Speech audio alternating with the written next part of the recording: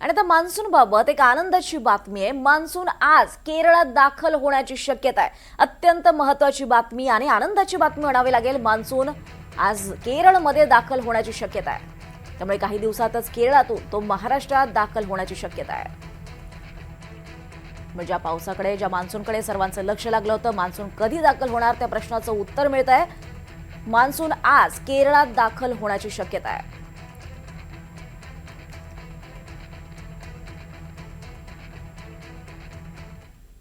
आणि आता गावाकडच्या महत्त्वाच्या बातम्यांचा वेगवान आढावा घेऊयात।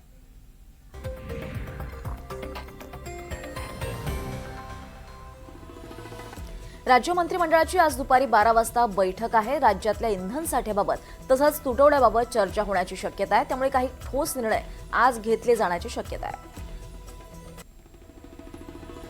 पुढच्या महिन्यात होणाऱ्या विधान परिषद निवडणुकीच्या पार्श्वभूमीवर आज महायुतीच्या समन्वय समितीच्या बैठकीचं आयोजन करण्यात आलंय। या बैठकीमध्ये तीनही पक्षातील जागा वाटप, त्याचबरोबर उमेदवार निश्चितीच्या दृष्टीने चर्चा होणार आहे, अशी माहिती आहे। शंभूराज देसाई यांच्या मेघदूत या निवासस्थानी ही रात्री बैठक होणार आहे।